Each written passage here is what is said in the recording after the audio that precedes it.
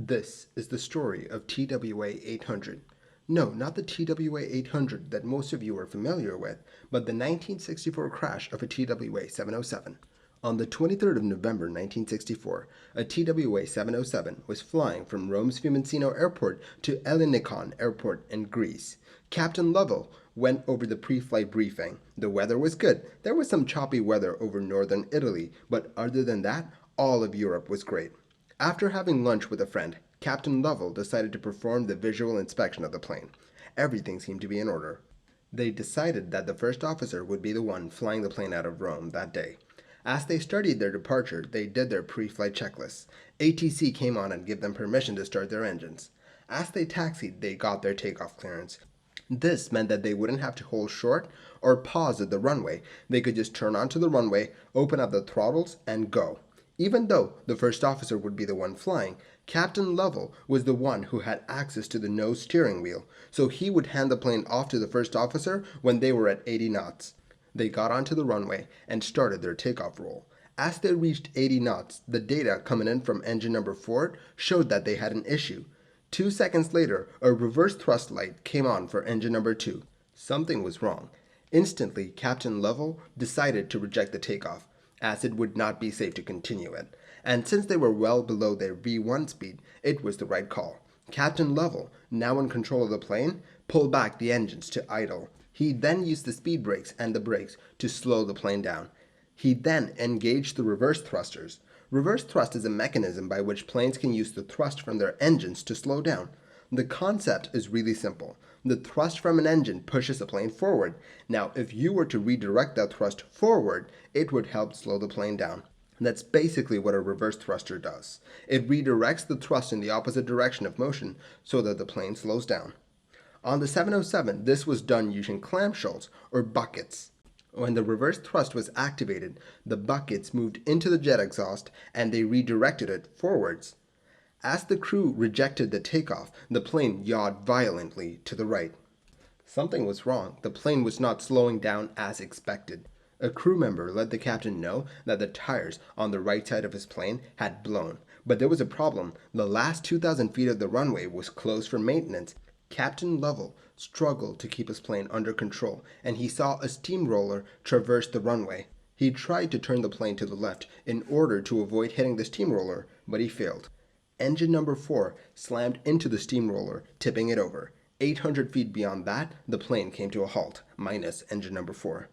The crew flew through the checklist for a rejected takeoff. The first officer now alerted Captain Lovell to the fact that there was a fire on the right side of the plane. Immediately, Captain Lovell shuts the engines down. He cuts the fuel and hydraulic lines to the engine and activated the fire suppressors. As he did this, a violent explosion rocked the plane. Quote, "As of that instant, and from then on, we, my passengers, my crew, and I descended into the deepest pit of hell." End quote. Their ordeal was far from over. As Captain Lovell made his way out of the cockpit, he went into the cabin to help in any way that he could. He found that the flight attendants were having a hard time with the emergency chutes.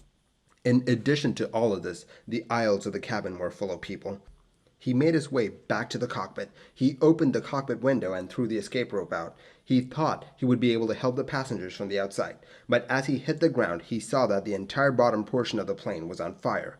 Fuel pooled in puddles. In a cruel twist of fate, the worst of the inferno was near the passenger door. The explosion had ruptured the fuel tank. Captain Lovell was in a state of shock. He tried to help as many people as he could. He tackled people to the ground in order to put out their flaming clothes. He dragged people to safety.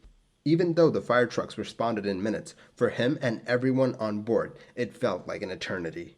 But unfortunately, of the 73 people on board, 50 did not make it. As he was being driven to the first aid terminal, he realized that he too had been burned. At the hospital, they found that he had a broken finger as he escaped the plane. There, Captain Lovell talked to other TWA pilots as a nurse sedated him. After he had been released from the hospital, he was interviewed by the Italian authorities about what had happened. He told them that he suspected thrust asymmetry. He said that he recalled increasing the reverse thrust on engines 1 and 2, the engines on the left side of the plane. After hours of questioning, Captain Lovell was escorted back to his hotel. He recollected that that night was one of the worst nights of his life. The loss of the people who he knew on that plane weighed heavily on him. By morning, he had come to the conclusion that he did the best he could have under the circumstances. What followed were hours and hours of questioning and testimonials before the Italian authorities. After 15 months of investigating, the Italians had their final report. They found that the thrust reverser on engine number 2 had malfunctioned. Engine number 2 was the inboard engine on the left wing. They found that the reverser on engine number 2 was broken. A duct in the hydraulic system was disconnected, which meant that the clamshells on engine number 2 did not work. So when the pilot engaged the reverse thrusters to slow the plane down, engines 1, 3, and 4 started to slow the plane down. But since the clamshells on engine number 2 did not move into place due to the disconnected duct, engine number 2 kept on pushing the plane forward. This created the thrust asymmetry that Captain Lovell talked about. The forward thrust produced by engine number 2 is what caused the plane to yaw right. The trouble is that there was no way for the crew to know that the reverser on engine number 2 was malfunctioning. If you remember, in the cockpit, they had a yellow light telling them that something was wrong. Moreover, they got signals that the thrust reverser had deployed when in reality it had not. The reverser was still stowed. So the crew thought that the reverser on engine number 2 was working. This is why Captain Lovell increased the reverse thrust on engines 1 and 2 to turn the plane away from the steamroller. If the reverser on engine number 2 were working, then increasing the reverse thrust on the left-hand engines would have turned the plane to the left, away from the steamroller. But since the reverser was not working, it just made matters worse, taking the plane right into the path of the steamroller. Now you might be wondering what a steamroller was doing on an active runway. The maintenance was in accordance with all ICAO rules, and the runway was long enough for a 707 to take off and, if needed, to reject that takeoff. At the moment of impact, a fuel line in engine number 4 ruptured, and that started a fire. The surge tank at the tip of the wing was also ruptured, and that provided a point of ingress for the flames, and then the flames spread quickly. Within a minute, the whole plane was ablaze. The danger here was not from the impact, but from the fire. Many people didn't even feel the initial impact. The flammability of the plane was once again traced to the fumes. A few months ago, I talked about a Pan Am 707 that exploded after it was struck by lightning. In that case, fumes in the fuel tank were ignited by a spark, and since all of the fuel tanks were connected, they all exploded. You can find the video on your screen right now.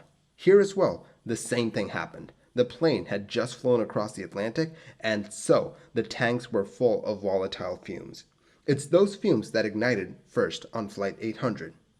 Quote, "In my Rome accident, nobody had been injured up to the time the plane stopped. The explosions in the fume-filled tanks were the major contributing factor to the loss of 51 lives." Another thing that made matters worse for Flight 800 were the fuel tanks in the fuselage of the plane. The pilots were against placing fuel tanks in the belly of the plane, but the plane just couldn't carry the needed fuel in the wings alone. TWA, at the time of the accident, was working on a way to neutralize the fumes and snuff out sparks in the tanks. But at the time of the accident, these technologies were not implemented into the planes. Another thing that cost lives that day were the evacuation procedures. In the case of TWA Flight 800, a few of the exits were not viable due to the fire, and that severely limited the number of ways in which people could escape. Also, the need for better emergency lighting was shown, especially on the floors, as people got lost in the smoke inside the plane. Ultimately, the investigators put up a few recommendations after the crash. They included suggestions like a way for pilots to see the position of the thrust reversers, a way to reduce the likelihood of fuel tank explosions, a way to reduce the buildup of fuel in surge tanks, and redesigned overwing and exit slides so that people could exit the plane much faster in the event of an emergency. After this, the captain of TWA 800, Captain Vernon William Lovell, became a passionate advocate of aviation safety. He wrote a book called Aviation Safety is a Myth, and that's what I used as the source material for this video.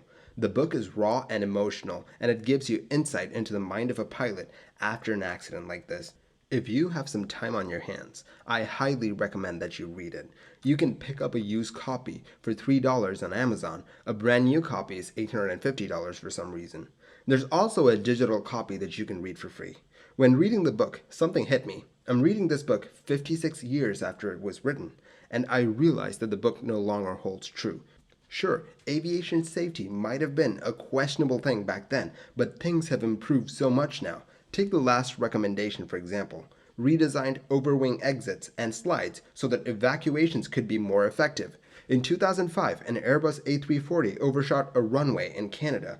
They were able to evacuate 305 people from a badly damaged airplane. In the case of Asiana 214, they were able to evacuate 304 of 307 people.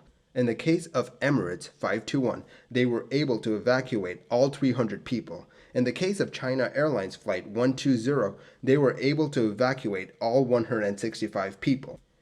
Aviation has gotten a lot safer, and that's thanks to the industry learning from its mistake and due to the diligent work of people like Captain Lovell. He unfortunately passed away in the year 2000, and I hope that he got to see aviation safety go from a myth to reality. Thank you for watching this episode of Mini Air Crash Investigation. If you like the videos that I make, do consider liking and subscribing. It'll really help the channel grow. I'll catch you guys next time. Stay safe.